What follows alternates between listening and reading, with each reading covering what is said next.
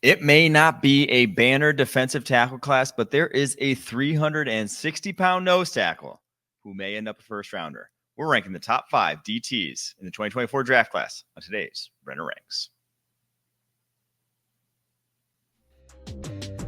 This is Renner Ranks, the ultimate NFL ranking show. Part of the Locked On Podcast Network, your team every day.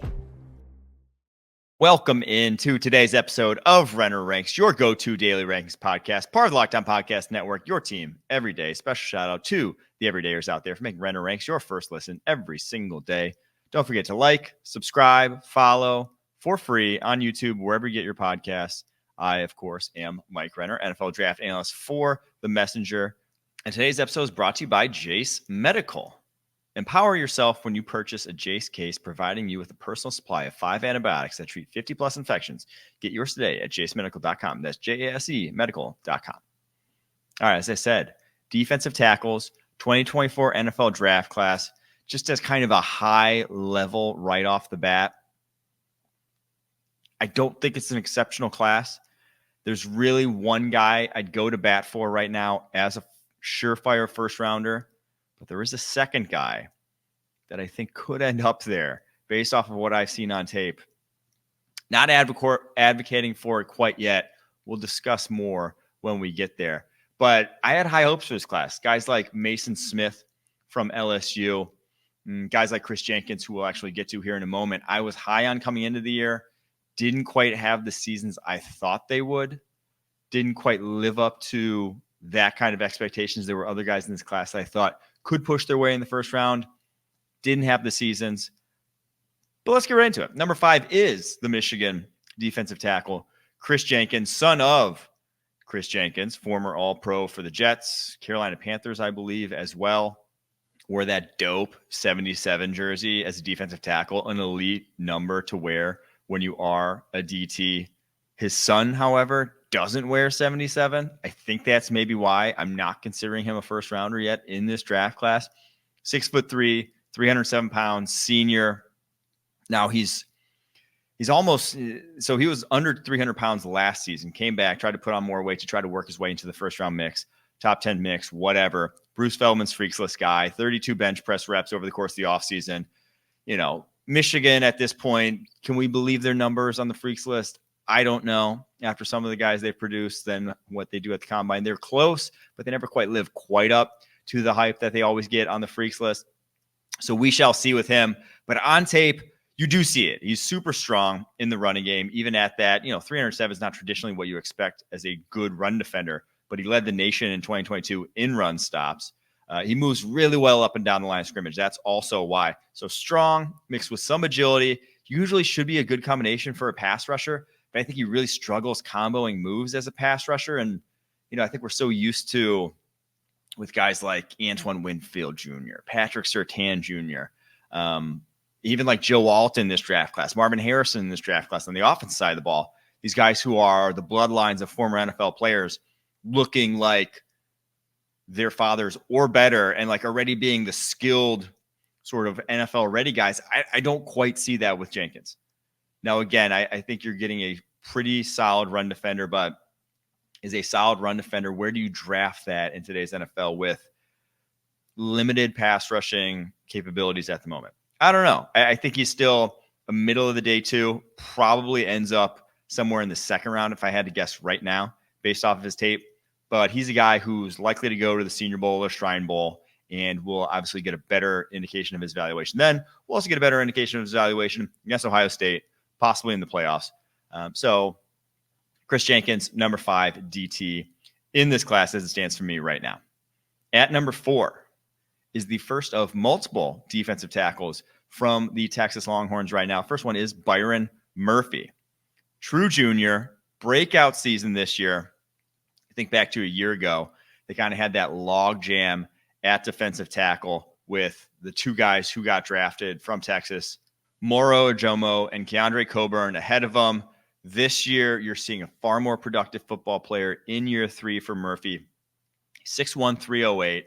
Reminds me a little bit of a guy like a Jarrell Casey in that he plays with such good leverage at that size, can really hold the point at the line of scrimmage, But where he excels at that size is getting underneath defenders as a pass rusher. Once he gets kind of on the side of guys, whether it's guards, centers, he has that ability to bend back. He's explosive, bend back to the quarterback and really finish those pass rushing reps in a way that Chris Jenkins, I don't see really from him. When he kind of gets to the edge with that rip move, he can get washed past the pocket and not have those, wins with his hands ultimately end up in pressures. With Byron Murphy, once he does, he turns it into a pressure regularly. 30 pressures on this season on only 198 pass rushing snaps. Some of the best, Jarrell Casey, if you think back to him with the Titans, was one of the best interior pass rushers in his time. I think Murphy could be that. But again, 6'1", not going to be everyone's cup of tea. Defensive line coaches still love length at that position, still love guys who can get off blocks and, finish plays up and down the line of scrimmage. So that remains to be seen whether Murphy can do that, because again, he's still, even with those guys left to the NFL, he's still only played 320 snaps this season, still not really working with a massive workload. In fact, the last 2 games of his career were the 2 highest snap counts of his entire career: 42 snaps against Kansas State, 40 snaps against TCU. And on that, he looked good still. He's not the type of guy that I would worry about getting winded on a heavier workload whatsoever with his play style, his body type, body composition, the way he plays the game of football. So Byron Murphy, he may not even come out though. As a junior, I think at the defensive tackle position, with how physically demanding it is in the NFL, you're seeing more and more guys opt to go back for that 4th year, opt to go back for that 5th year. It's not necessarily, the worst thing in the world.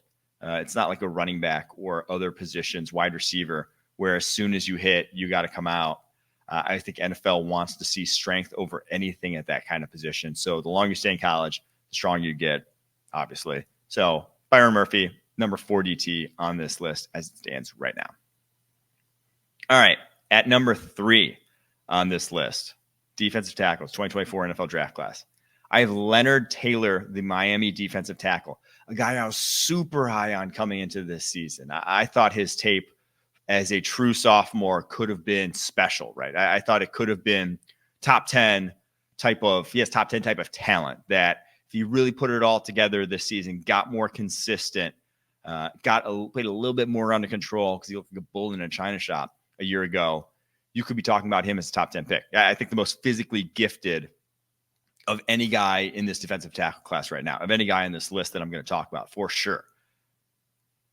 But it just quite has not developed. You still see him be way too boomer bust as a pass rusher, way too inconsistent in the running game, a little bit reminiscent, in my opinion, of a guy like Christian Barmore, similar size, 6'3", 305 pounds, both kind of have it all, right? They have so many ways they can win. He can win with quicks. He can win with his hands. He can win with strength. He can win with leverage when he wants to. But then they don't really win with any of those super consistently. And at his size, he has pretty long arms too. I mean, he can hold offensive linemen at bay, but can you pull the best football out of him? Because when you look at his game-to-game production, it's just a roller coaster. And usually the worst part is not the worst part, but like the problem is the best games come against the worst competition. When he really feasts, when he starts to get in like a zone or starts to win a few reps, he gets some more confidence, has big games. And when things start to go south, they kind of go really south on him in some games, and he really doesn't show up in certain games. So yeah, I don't know what to make, heads or tails, of Leonard Taylor. Like I said, maybe the most talented in this entire defensive tackle class, but I can't go to bat for him as a first rounder, sadly. It's just a position where inconsistency will kill you in the running game for a defensive tackle. And Leonard Taylor right now, just far too inconsistent. So another true junior who, very well, with all that being said, may opt to return to school and not even come out in the first place. All right, before we get to the top 2 on this list, today's podcast is brought to you by Jase Medical. We spend a lot of time talking together, you and I. We get fired up on wins and losses, who starts and who sits. I'm thankful for that connection we have. And today I want to chat a little more personal.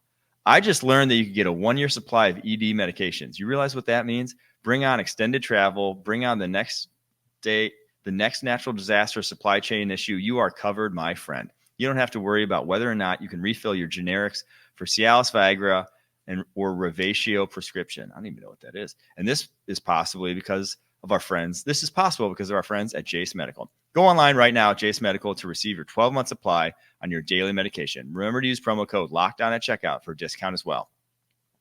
If you or someone you love would get some peace of mind by having a year supply of any daily med, go to jasemedical.com to see if it's offered for you. Remember to use the promo code LOCKEDON for $20 off your purchase. I'll be honest, that was a weird one. Did not see that coming, but I read them as they're written. I'm a team player, even though that was not my favorite one to read. I'll just say that. All right, on to number 2 in the 2024 NFL defensive tackle class. This is a wild one. If you guys have followed me at all over the course of my career as a draft analyst, you know that I'm not the biggest fan of nose tackles. They, one, are oft injured. They have short shelf lives in terms of effectiveness. There's not a lot of 32, 33, 34-year-old nose tackles still getting it done. They don't play a ton of snaps. They peak well after their rookie contracts because it's a strength-based position. But I flip on the tape of T'Vondre Sweat, the Texas nose tackle this season, and I am in awe of what this guy can do. He is 6'4", 362 pounds, fifth-year defensive tackle at Texas.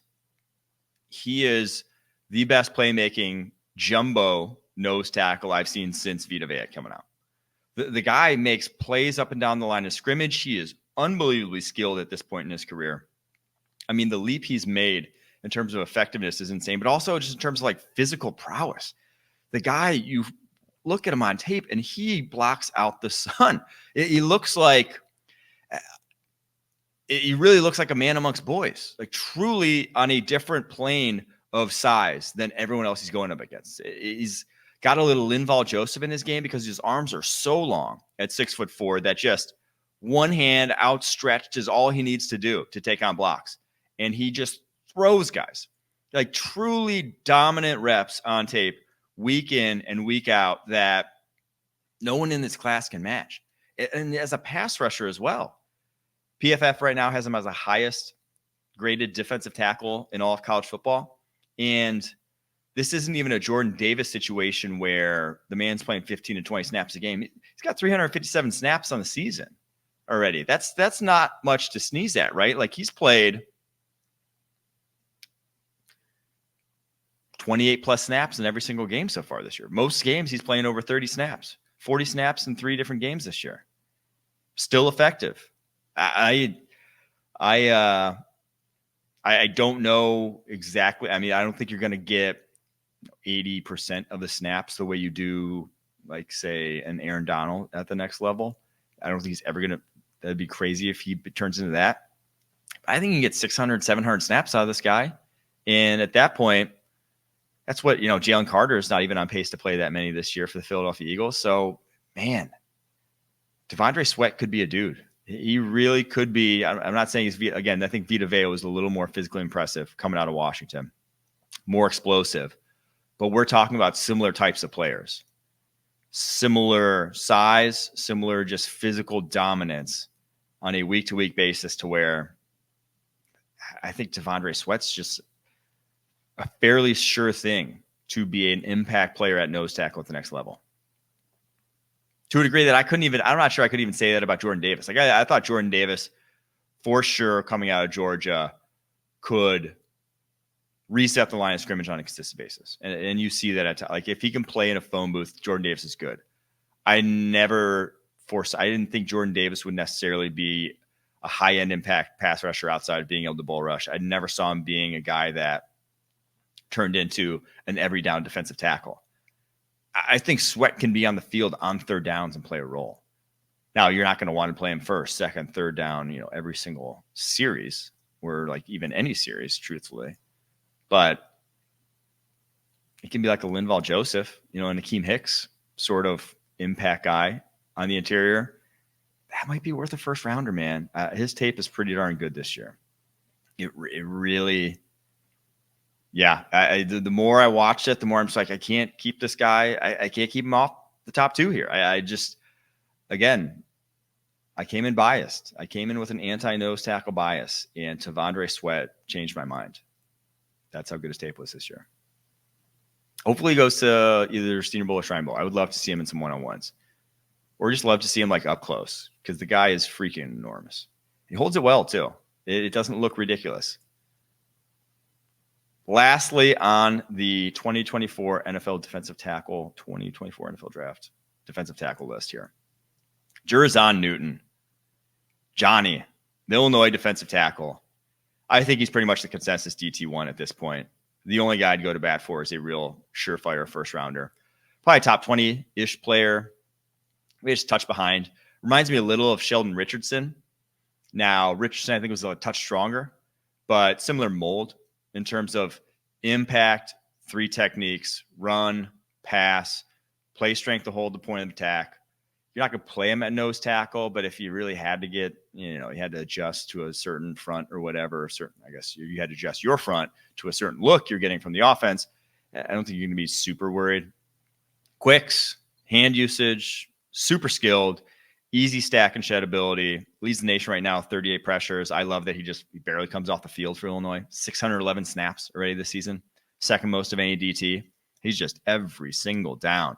Now, obviously, that's like his effectiveness on every single down is going to be limited when that's the case, but you still see him in certain games just take over. So Johnny Newton, probably not top 10, but probably doesn't make it past 25, I'll say, in this year's NFL draft. He's just that good.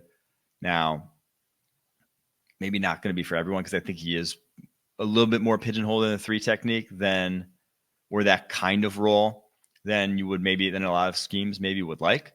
But if you have that role, he's going to be a darn good one, man. He really is. I'm a big fan of his game. Really kind of, so last year was the highest graded defense tackle in the country per PFF. Or excuse me, I think he was second highest graded behind Jalen Carter. Comes back, says he wants to be a top 10 pick. That's why he came back to school. Probably would have been a second rounder a year ago. Added a ton of muscle over the course of the offseason. You see it in the way he plays the game this year. So big fan of Johnny Newton's game heading into the 2024 NFL draft. Before we talk about the rest of the week here, score early this NFL season with FanDuel, America's #1 sportsbook. Right now, new customers get $150 in bonus bets with any winning $5 moneyline bet. That's $150 if your team wins. If you've been thinking about joining FanDuel, there's no better time to get in on the action. The app is so easy to use. There's a wide range of betting options, including spreads, player props, over-unders, and more. So visit FanDuel.com/lockedon and kick off the NFL season. FanDuel, official partner of the NFL. So that was the DT class. Again, we'll probably start expanding it out to, after I go through every position, the top 5s.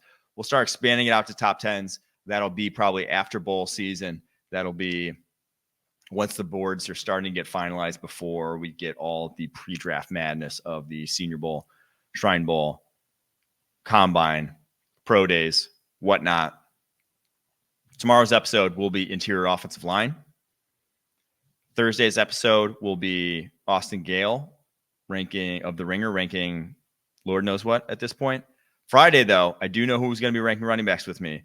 None other than Samuel Monson of PFF. So be on the lookout for that. And then next week, obviously, we'll finish off the positions we haven't hit yet.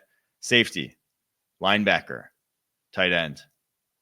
Not banner classes in any of those 3, but we got to get through all of them, guys. I got to get you my top 5s before that.